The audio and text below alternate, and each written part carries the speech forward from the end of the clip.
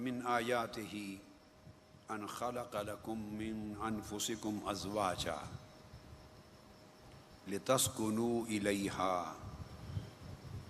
وجعل بینکم مودۃ ورحمۃ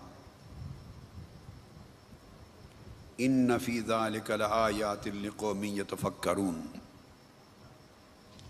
صدق اللہ مولانا العظیم۔ اللہ رب العزت نے اس آیہ کریمہ میں جو میں نے تلاوت کی، سورہ الروم کی آیت نمبر 21، شادی کا بنیادی مقصد بیان فرمایا ہے اور میاں بیوی کا جو رشتہ ہے اس رشتے کی حقیقت کو واضح فرمایا۔ ارشاد فرمایا کہ یہ بھی اللہ کی نشانیوں میں سے ہے کہ اس نے تمہارے لیے تمہاری ہی جنس سے جوڑے پیدا کیے۔ مرد اور عورت ایک ہی جنس میں سے اللہ نے جوڑے بنائے انسانوں کے، اور پھر ان کو جوڑا نکاح کے پاکیزہ رشتے کی صورت میں۔ جب جوڑا تو اس کا مقصد بیان کیا، لِتَسْكُنُوا إِلَيْهَا، تاکہ تم ان کی طرف سکون پا سکو۔ تو گویا ازدواجی زندگی کا، شادی کا اور ازدواجی زندگی کا بنیادی مقصد یہ ہے کہ دونوں کو سکون ملے۔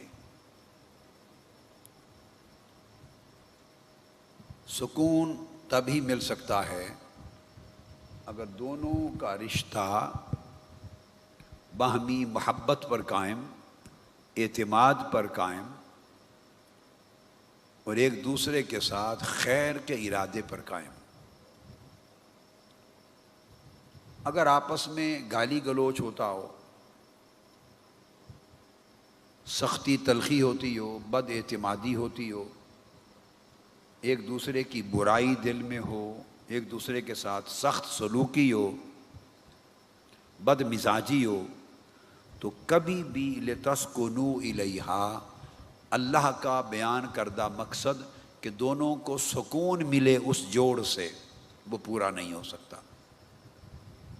اس لیے اللہ رب العزت نے فرمایا وَجَعَلَ بَيْنَكُمْ مَوَدَّةً وَرَحْمَةً، اور اللہ تعالیٰ نے تمہارے درمیان محبت اور رحمت پیدا کر دی۔ تو میاں بیوی کے رشتے کا مطلب یہ ہے کہ شوہر کو بیوی سے راحت ملے محبت کی بنا پر، اور بیوی کو اپنے شوہر سے راحت ملے، سکون ملے، اور یہ راحت اور سکون باہمی محبت اور مودت کے قیام سے ہی پیدا ہو سکتی ہے۔ آقا علیہ السلام نے شوہروں پر بیویوں کے حقوق کیا ہیں اس کو خطبہ حجۃ الوداع میں شامل فرمایا۔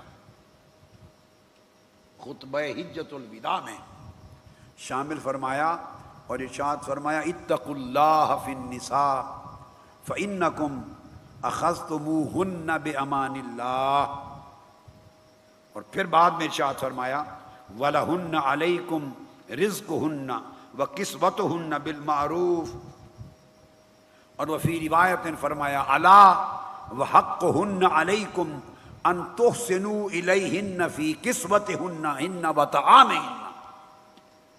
یہ حدیث صحیح مسلم میں، ابو داود میں، ابن ماجہ میں، ابن حبان میں، اور دوسری روایت ترمذی اور ابن ماجہ میں حدیث حسن صحیح ہے۔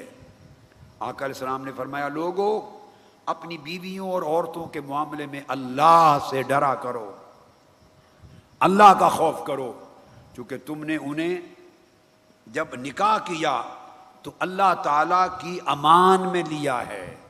اگر بیویوں پر ظلم اور زیادتی کرو گے تو اللہ کی امان کو توڑو گے، اللہ کی امان کو توڑو گے۔ اور آقا علیہ السلام نے فرمایا ان کے لیے تمہارے اوپر حق ہے کہ انہیں اچھا کھلایا کرو، اچھا پہنایا کرو، اچھے لباس دو، اچھا کھانا دو، اچھی رہائش دو۔ وَأَن تُحْسِنُوا إِلَيْهِنَّ فِي كِسْوَتِهِنَّ وَطَعَامِهِنَّ، ان کے ساتھ احسان کا سلوک رکھو، کھانے میں، پینے میں، لباس میں، ان کی ضروریات زندگی کی فراہم میں خوش دلی سے احسان کے ساتھ ان کو پورا کیا کرو۔ ہماری سوسائٹی میں بہت بڑی خرابی ہے، لوگ باہر بہت سخی ہوتے ہیں، جی بھر کے خرچ کرتے ہیں، مگر بیویوں کے لیے کنجوس ہو جاتے ہیں، بیویوں کو ایک ایک پیسہ گن گن کے دیتے ہیں اور گن گن کے حساب لیتے ہیں، انہیں قیدیوں کی طرح رکھتے ہیں، باہر سخی بنتے ہیں، خیرات کرتے ہیں، بہت کچھ خرچ کر بیٹھتے ہیں، مگر جب بیوی بچوں کا معاملہ آتا ہے بخیل ہو جاتے ہیں۔ یاد رکھیں، آقا علیہ السلام سے صحابہ کرام نے پوچھا، آقا سب سے بہترین خیرات اور خرچہ کیا ہے؟ آقا علیہ السلام نے فرمایا، سارے صدقات سے بڑھ کر سب سے افضل صدقہ اپنی بیوی بچوں پر خرچ کرنا ہے، اپنے گھر والوں پر خرچ کرنا ہے، اللہ کے ہاں اس کا اجر سب سے زیادہ ہے۔ فرمایا جب ان کے لباس، خوراک، رہائش، ضروریات کو پورا کرنے کا وقت آئے تو احسان کا رویہ اپنایا کرو، اور رشتے کو محبت اور مودت پہ استوار کرنا اور احسان کا سلوک کرنا، اس کے لیے یہ بھی ضروری ہے۔ آپ میں سے کتنے لوگ ہوں گے، میں نام نہیں پوچھتا، ہاتھ کھڑے نہ کریں، میں نہیں چاہتا پردہ اٹھے، تعلیم دینا چاہتا ہوں، تربیت کرنا چاہتا ہوں۔ کتنے لوگ ہوں گے کہ جو جب جاب سے واپس جاتے ہیں، جن کے پاس وسائل ہیں، جیب میں 4 پیسے ہیں، حالات اجازت دیتے ہیں، وہ جاتے ہوئے کچھ گلاب کے پھول یا پھولوں کا کیا کہتے ہیں گجرا، یا کوئی پھولوں کا جو کیا ہاتھ پہ جو بناتے ہیں، یہ مال روڈ پہ عام ملا کرتے تھے، گجرے سے اپنی بیوی کے لیے جاتے ہوئے پھول لے کے چلے جائیں۔ کتنے لوگ ہیں جاتے ہوئے اس سے پوچھ لیں کہ آئس کریم چاہیے، کون سی پسند ہے، تو جاتے ہوئے ایک آئس کریم لے کے چلے جائیں۔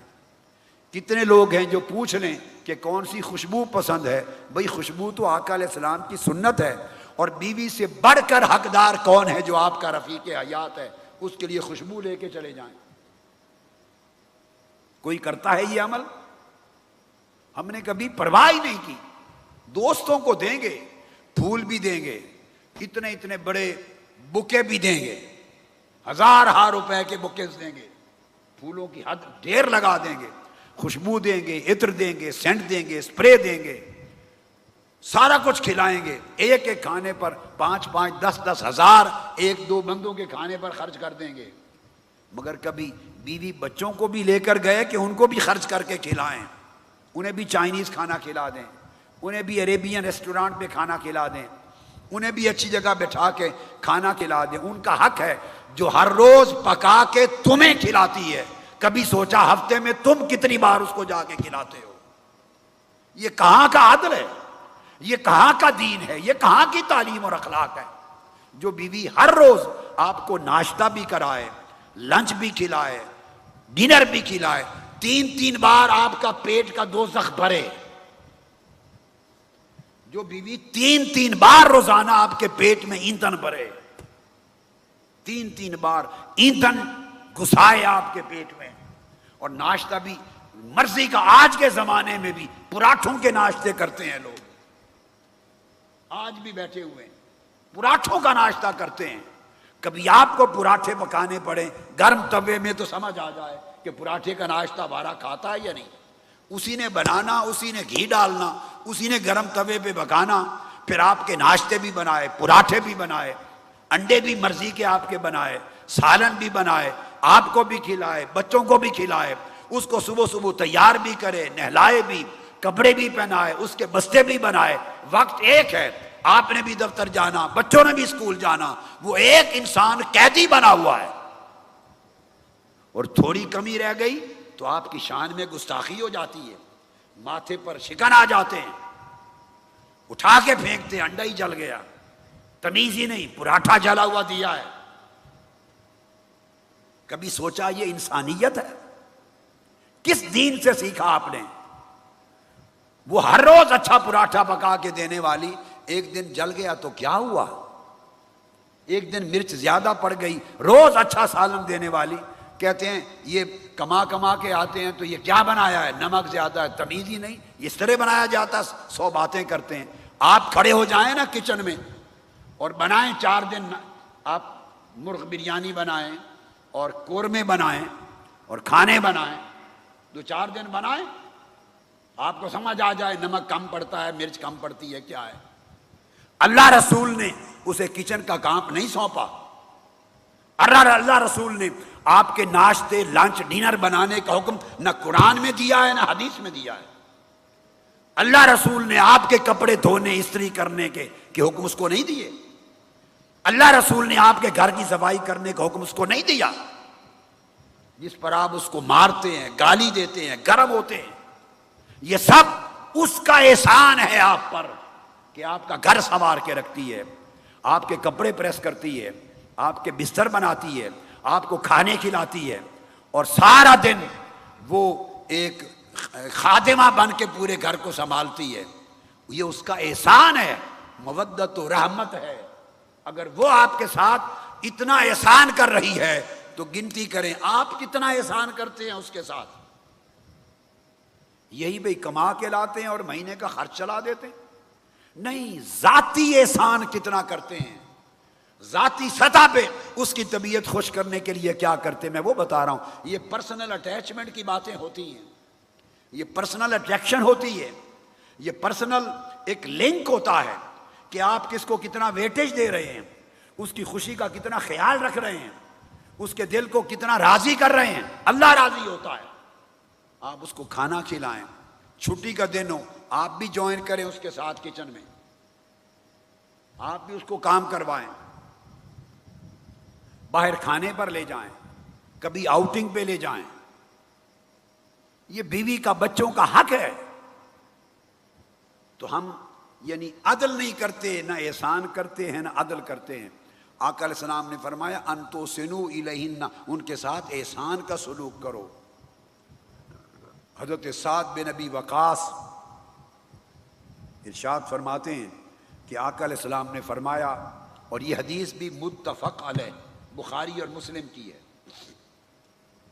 فرمایا انک لن تنفق نفقۃ تبتغی بہا وجہ اللہ الا اجرت علیہا حتی ما تجعل فی فم امرتک۔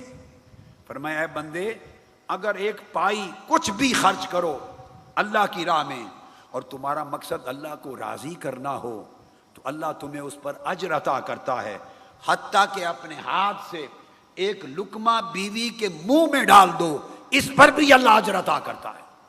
اس سے محبت بڑھتی ہے، محبت بڑھنے سے اعتماد بڑھتا ہے، اعتماد بڑھنے سے رشتے میں پیار اور خوشگواری آتی ہے، خوشگواری آ جائے تو گھر جنت بن جاتا ہے۔ پھر وہ فریق ایک دوسرے لوگ چھوٹی موٹی باتیں نظر انداز کر دیتے ہیں، چھوٹی موٹی باتیں نظر انداز کر دیتے ہیں۔ ایک اگر بہت حسن سلوک کرتا ہو تو دوسرا بھی حیا بڑھا دیتا ہے۔ حضرت جابر بن سمرہ رضی اللہ تعالی عنہ روایت کرتے ہیں کہ میں نے آقا علیہ السلام سے خود سنا، آپ نے فرمایا اذا اعطى اللہ احدا خیرا فلیبدأ بنفسہ واہل بیتہ۔ صحیح مسلم، ابو یعلا اور ابو عوانہ میں روایت، آقا نے فرمایا اگر اللہ پاک کسی کو بھلائی دے، مالی وسعت دے اور امور خیر عطا کرے، اچھی توفیق عطا کرے، تو فرمایا سب سے پہلے اپنی جان اور اپنے بیوی بچوں سے اس کا آغاز کیا کرو۔ بیوی بچوں کا حق، اگر اللہ آپ کو مال دے تو پہلا حق ان کا ہے کہ ان پہ خرچ کرو۔ جب جائیں تو شوق سے ان کے لیے عبائے خریدیں، شوق سے ان کے لیے باپردہ اچھے لباس خریدیں، شوق سے ان کے لیے ضروریات کی چیزیں خریدیں۔ اپنی پرسنل انوالومنٹ ظاہر کریں گے تو دوسرا فریق آپ کو رسپانس دے گا اور گھر جنت بن جائے گا۔ حضرت ثوبان روایت کرتے ہیں آقا علیہ السلام نے فرمایا افضل دینار ينفقہ الرجل دینار ينفقہ علی عیالہ۔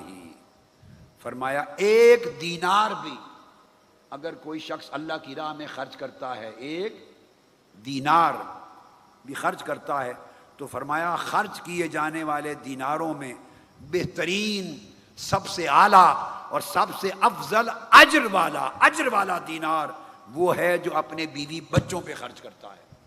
یتیموں پہ بعد میں اجر ہے، مسکینوں پر بعد میں اجر ہے، پڑوسیوں کا اجر بعد میں ہے، رشتہ داروں کا اجر بعد میں ہے، سوسائٹی کے غریبوں پر خرچ کرنے کا اجر بعد میں ہے۔ سب سے بڑا اجر ابتدا کرے بیوی بچوں پر، اس کو اللہ پاک نے سب سے بڑا نفقہ، صدقہ، خیرات قرار دیا۔ بیوی بچوں پر خرچ کرنا بھی سب سے بڑا صدقہ ہے۔ ہم نے اسے کبھی دین کا حصہ ہی نہیں سمجھا۔ ہم ایسی نیکی کرنے لگ جائیں، اگر لڑکا کرے تو ماں باپ ہونا وہ کہتے ہیں او کی کریے منڈا تو ساڈا رن مرید ہو گیا بس۔ لڑکا نیکی کرنے لگ جائے تو ماں باپ کہیں گے منڈا ہتھوں گیا، اے رن مرید ہو گیا، اے رن مرید ہو گیا، تو مرد رہا ہی نہیں، اے مرد ہی نہیں رہا۔ اپنے ہاتھ نال دیکھو اس نو، وہ بیوی دے منہ وچ لقمے پاندا، دیکھو شرم نہیں آندی، ڈبتے نہیں مردا۔ یہ بولی سننی پڑتی ہے۔ یہ سب دور جاہلیت کی باتیں ہیں، کفر ہے، تعلیم مصطفیٰ کے خلاف ہے۔ خوش ہونا چاہیے اس لیے کہ تمہارا منڈا، تمہارا بیٹا اپنی بیوی کے منہ میں لقمہ دے رہا ہے، اچھا لباس دے رہا ہے با پردہ، اچھا کھانا کھلا رہا ہے، اس کے ساتھ محبت کر رہا ہے، تو دعائیں دو، اس کا صلہ اللہ آپ کو بیٹی کی شکل میں دے گا۔ آپ کی بیٹی بھی کسی کے گھر میں بہو ہے، وہ بھی کسی کی بیوی ہے۔ اگر آپ خوش ہوں گے کہ آپ کا بیٹا آپ کی بہو سے حسن سلوک کر رہا ہے، اس کا بدلہ اللہ تعالیٰ آپ کو آپ کی بیٹی کی شکل میں دے گا، تاکہ اس کا شوہر بھی اس کے ساتھ حسن سلوک کرے۔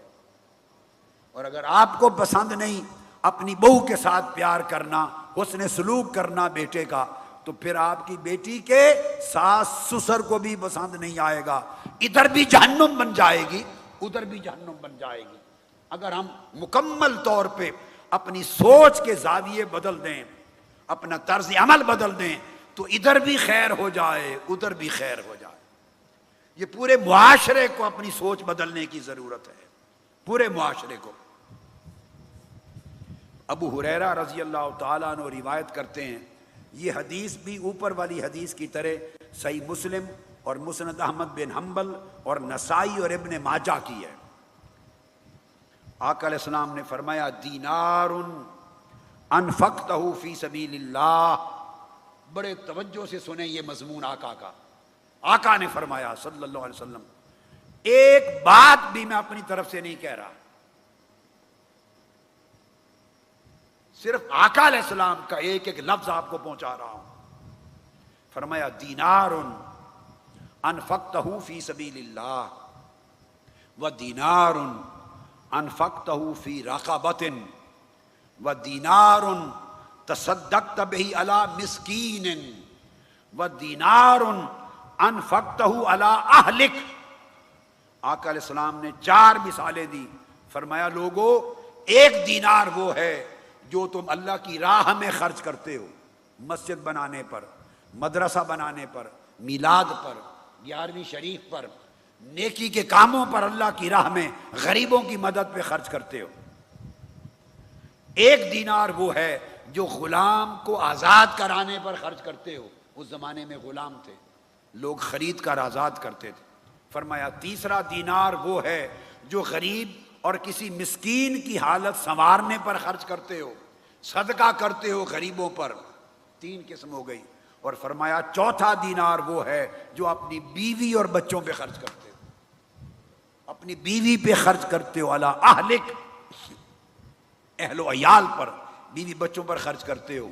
آقا علیہ السلام نے 4 قسمیں بیان کر دی خرچ کی، اور فرمایا اعظمها اجرا الذی انفقتہ علی اہلک۔